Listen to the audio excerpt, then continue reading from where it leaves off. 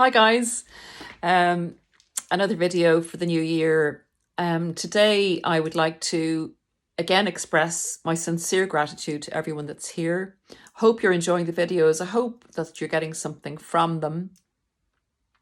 If you feel the video is of a value to you, remember if we hadn't got this knowledge, we would be in a desperate state, still healing and trying to figure out what happened to us. So if the video resonates at all, or you think it could help somebody else, please consider sharing it. Let's get the narcissistic abuse community onto get more widespread coverage on the YouTube platform so that more people get to know about it.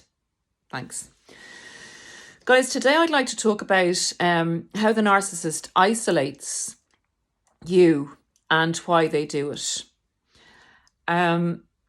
Again, like I said in the last video, I believe that the narcissists are all quite conscious of what they're doing, even if it's gone into their subconscious, because at one stage they knew that they used this manipulation tactic and it worked and they repeated it. And even if it's subconscious now, it is intentional because it works and because it's worked for them before. It's worked to give them control over you and for their sense of power and the emotional regulation that follows from that. So when they get into a relationship with you, again, as I said in the last video, they intensely occupy your time in order to bring you under control. They intensely look to earn your trust because they know when you trust them and rely on them and become reliant on them, they then have you under control and they can max out their supply from you and obtain residual benefits and basically be your puppeteer and have you serve them for as long as they deem your services are valuable. In other words, as long as you do everything they want you to do, renege on your own personality and your own life, serve them totally and admire them and promote them and give them whatever they want. That is what a narcissist is looking for in their supply. So in order to control you, there's so many different techniques they use, but today I'd like to talk about isolation. Obviously, it's a war tactic as well. If you can cut off the supplies to your enemy, and you and I, guys, are the narcissist's enemy who they want to conquer and control, if you cut off the supplies to them, they're going to be weakened. They're going to be reliant on the supply that's in front of them because that's all they're going to have. They're going to feel much less powerful in their own person, in their own ability to survive, and because they know that the person in front of them is all they have. So the person in front of them becomes far more important and far more powerful. What the narcissist does when they get with you at first is they're very keen to get to know your friends, your family, and your allies, basically. They're very charming. They're very keen to spend time with the people that are closest to you. And to you, this is just lovely. I mean, it's your ideal love has come into your life and they want to know more about your life and they want to meet the people that are important in your life and they want to spend time with them. And now this is a beautiful world opening up where you're with the love of your life and they want to get to know your friends and family. What could be better? What could seem healthier? And what could seem more attractive and make you feel happier? More rushes of dopamine and serotonin. So they're charming with your family. Let's take your family to start off with. And they try and get to know your family as closely as possible. And they talk about you with your family. And they find out what type of relationships you have with each family member. and they'll question you then about the type of relationships you have with each family member. If they find that there's anyone in your family that maybe is not your greatest ally or your greatest admirer, or is maybe slightly jealous of you, or there's another narcissist in your family, they will hone in on that person, because that person is going to be useful to them later on. They want to get a foothold in with someone in your family, in your closest inner circle. Now, if they can't do that, if your family is really for you and they sense that there's no in, they will then try and withdraw you from your family in bringing up subtle things, maybe saying, your family are quite controlling, really, aren't they? And you go, really? And then they'll bring little things in and say, well, maybe I'm wrong, maybe I'm wrong. But if there's anyone in the family, say a brother or sister that you're maybe a bit of a rival with, that you don't get on as closely as you would with the others, they'll start and say that maybe that person is a little bit jealous of you. So they'll work their way through your family until you're less inclined to spend time with them, or if you want to spend time with your family. Now, this is, remember, a very gradual process. So there's no red flags. It's a very subtle, gradual process. If there's something arranged with your family, they may arrange something else at the same time, like a beautiful dinner out or something. Say, oh no, I forgot that we were going to your family then, but I've just booked this amazing restaurant and we're going to that. And well, look, I'll cancel it, but it was very hard to get the booking there. So they'll do different things to separate you or to keep you from spending time with your family. Or they'll always want to go, when you're with your family, to your family visits. They'll do their best to put a wedge between you and the family. And if there's any friction in your family at all, they'll poke at it to kind of escalate it a bit, so that eventually you may well see less of your family.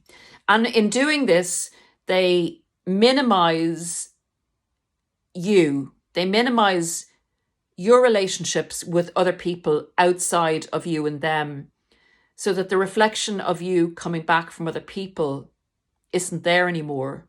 The only reflection of yourself coming back is from the narcissist. And that does affect you mentally and psychologically. Unless you're a fully, how can I say, fully awakened person and fully sure of who you are yourself, and you realize that there is someone there manipulating you, this manipulation will work, because they're taking your supply away from you. It's not narcissistic supply. It's your love, trust, uniqueness of you, and the relationships you have with others that are special to you. It's taking all that away from you, so you feel less than. Because healthy relationships with other people are really necessary for us. They're a really good thing. They help our self-esteem. They make us feel more powerful and strong in ourselves, and they bring out good things in us, and they remind us of who we are, and it's important. So the narcissist knows this and doesn't want you to be with those that are closest to you. And remember, those that are closest to you, if they see changes in you because of your relationship with this narcissist, they will worry for you, and they'll start to ask questions which will make you think. And remember that the narcissist doesn't want you to think analytically or critically of them. So it's important, if your family is for you, that the narcissist keeps them and you apart. And it's also the same with friends. Even friends who may be absolutely beautiful people, the narcissist will still manage to pick holes in them to keep them away from you also. So isolation works perfectly in that it takes away from your sense of self. And the only sense of outward sense of yourself that you're getting is that which the narcissist is giving you.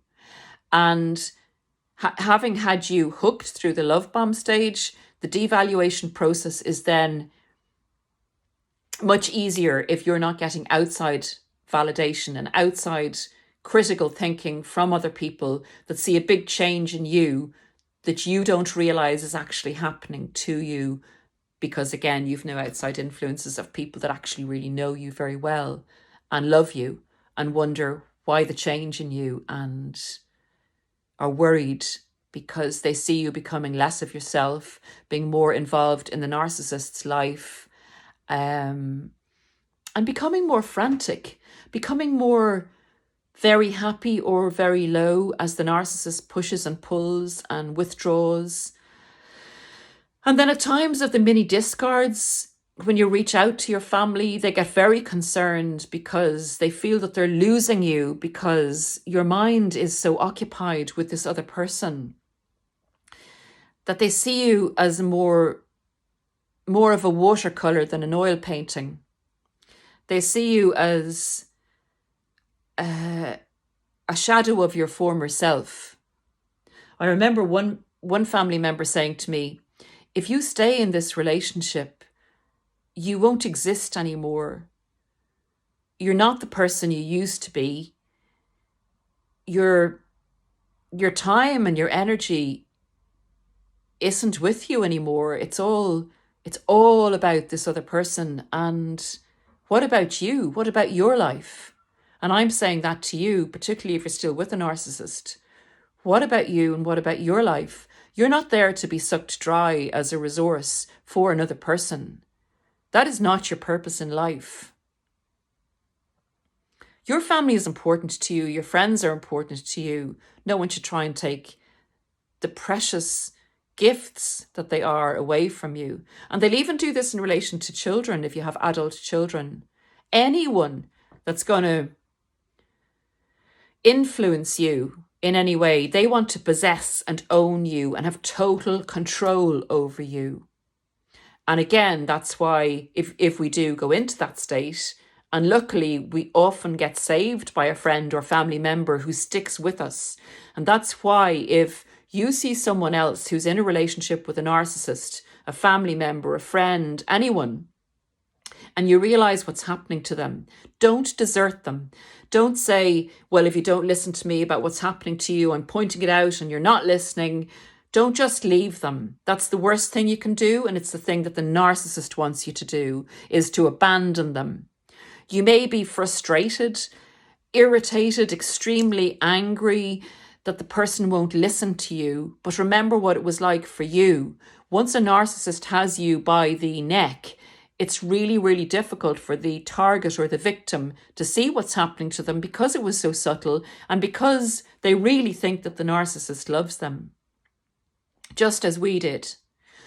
So what's most effective when a narcissist is trying to isolate a victim is, and it saves your life, if a family member or a friend sticks with you through it all. And I've seen this happen in action. It happened with me on both sides. One person on the narcissist's family and two people on my own family. They stayed with me. They when everyone else moved away from me because they didn't like what was going on and I guess I wouldn't listen, these people stuck by me and stayed quiet and just interjected every now and again. And they also interacted with the narcissist in a very polite way. And they were my saviors because the narcissist couldn't convince me that there was something wrong with them. And they weren't speaking against the narcissist. What the narcissist will do is they'll say, oh, that your family don't like me, or your brother or sister or a son or daughter, they don't like me. And, they're trying to split us up and they're trying to do this and they're very badly intentioned towards me. And then if your family or the other people start to talk to you badly about the narcissist, It's a beautiful triangulation. You begin to believe the narcissist maybe has a point, that maybe the family don't like them. And maybe, you know, you start to get defensive for the narcissist and say, the narcissist will say, your family are jealous of me. They don't like me. They're really abusive to me. They're not nice to me. And you begin to think, is this really true? And your mind is so messed up at this stage that if the family or anyone in the family has said anything to you bad about the narcissist, it's a terrible bind. But the two people that stuck by me were very balanced. They didn't talk negatively about the narcissist. What they did was they said to me, how are you, Paula? And how is it going for you? And why are you struggling here and struggling there? But they didn't point the finger or blame anyone else. They just pointed subtle things out that helped me. They believed in me. They stayed with me. And I'm sure you've had this experience with a family member or friend who hasn't blown up and become so frustrated that they've left you, but they've stuck by you, always there in the background to catch you when you fell, to help you keep the blinkers off and to save you, really. And for me, that's real love. They see you have been caught in a situation that you haven't realized you're in. They see you're suffering and they really want to help, but know that until you see it for yourself, you're not going to be able to help yourself. And the only way they can help you is to support you, even in your bad choices, but just to be there to point out different things to you in a very nice, kind way. Thank God for them. Thank God for people who have the knowledge. And the narcissistic personality disorder is a very awful, very sad, disturbing disorder to come across, to get involved with someone who's suffering. And it's also awful for the people that suffer it, that have it, because there doesn't appear to be any hope or any cure. But it is damaging, and it's damaging to others. So we do need to get that knowledge out. Guys, I hope this video about how the narcissist isolates you from your allies, people that can help you and save you and love you, is of value. And if you see it happening to anyone else, remember the key is not to abandon them, but to stick with them until they become awakened and to help them along that journey. Thanks, guys, for listening. Again, like and subscribe if you like the video. Share, please share. It's really necessary to get it out. And I will see you again soon. Thanks, guys. Bye. Bye.